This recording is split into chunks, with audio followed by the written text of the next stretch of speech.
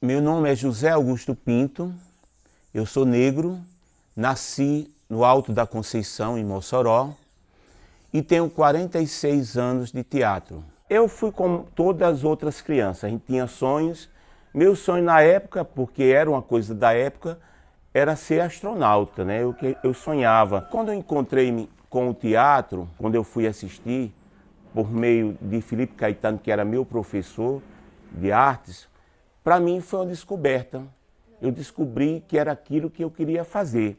E quando eu cheguei na minha comunidade, eu já comecei a brincar aquilo, né, daquela história que eu vi no Teatro do Césio. E a primeira peça que eu me lembro que eu participei, né, ativamente, subi num palco, no tablado, no meio da rua, foi uma série de jogos dramáticos e também de cantos populares. Eu fui participar desse grupo da comunidade e a gente montou o nosso primeiro grupo de teatro. Eu me identifiquei muito também com o Grupo Terra, que fazia um trabalho parecido com o meu. Aquele trabalho que eu já fazia, porque eu fazia teatro na praça, fazia teatro em salões, fazia teatro no terreiro, e o Terra fazia isso aí. Fazia um teatro sem necessidade de muito recurso. E eu também passei a fazer parte, além do grupo da comunidade, fiquei fazendo parte também do Terra. Ainda nesse grupo, a gente se juntou com pessoas que faziam teatro no CSU, pessoas que faziam teatro no grupo do Teatro do Césio, como Socorro e também Gorete Alves, e a gente montou o Grupo Arruá de Teatro, né, que hoje se chama Arruaça. E hoje é o grupo que eu permaneço, que eu estou indo até hoje. A palavra arruaça, ela é um pouco agressiva, né? Ela diz um pouco daquilo que esse grupo se propõe, de ir para a rua, de fazer teatro, mas fazer um teatro que não seja somente ir para a rua, que não seja somente estética, que seja principalmente fazer uma mudança na estética e uma mudança também na sociedade. A gente nunca quis fazer um teatro somente pela arte. A gente quer fazer um teatro, mas essa arte estética, o que é? É a forma e é conteúdo. A forma para a gente já é muito definida. A gente quer o teatro de rua, a gente quer o teatro popular, mas a gente quer principalmente o conteúdo. E esse conteúdo é transformação, é mudança, é revolução. Do lado de cá, Rodolfo animava o pessoal, dizia: coragem, gente! Vamos sangrar o chacal! Se acabar a munição, a gente enfrenta na mão, no tabefe e no punhal! Com relação aos autos, eu estive desde o início.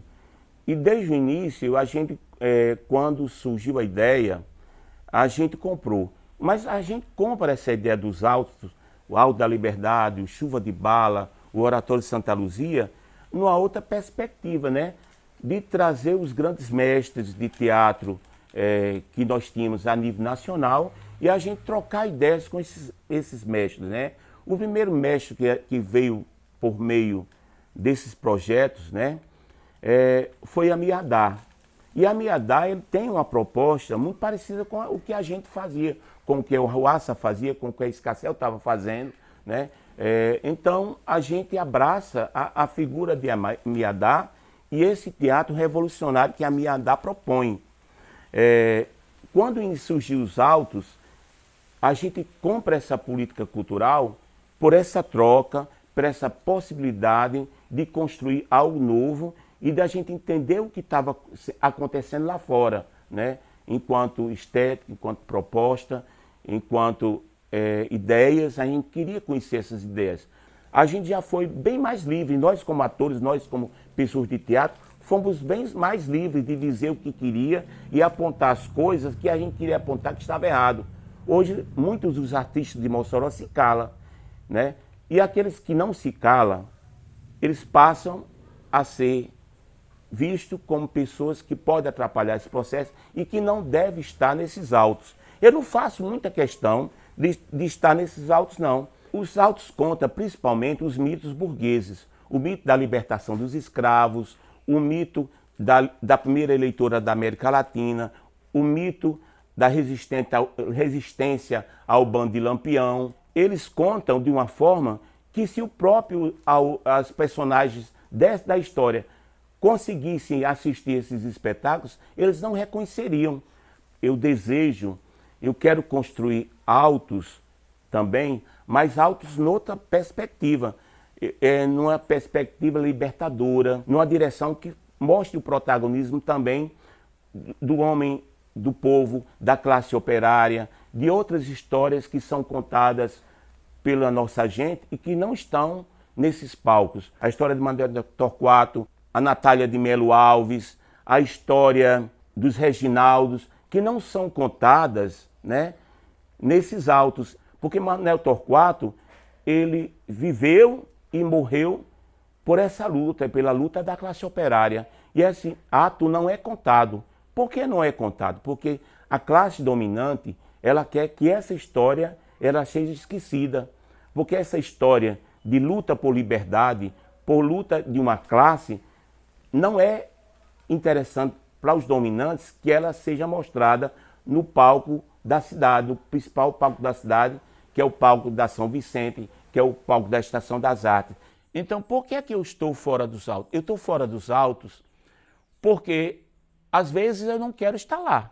E também, há momentos também que o poder público não me quer lá. E, às vezes, os próprios companheiros também não me querem no alto. Quando os companheiros dizem que querem trabalhar com novos.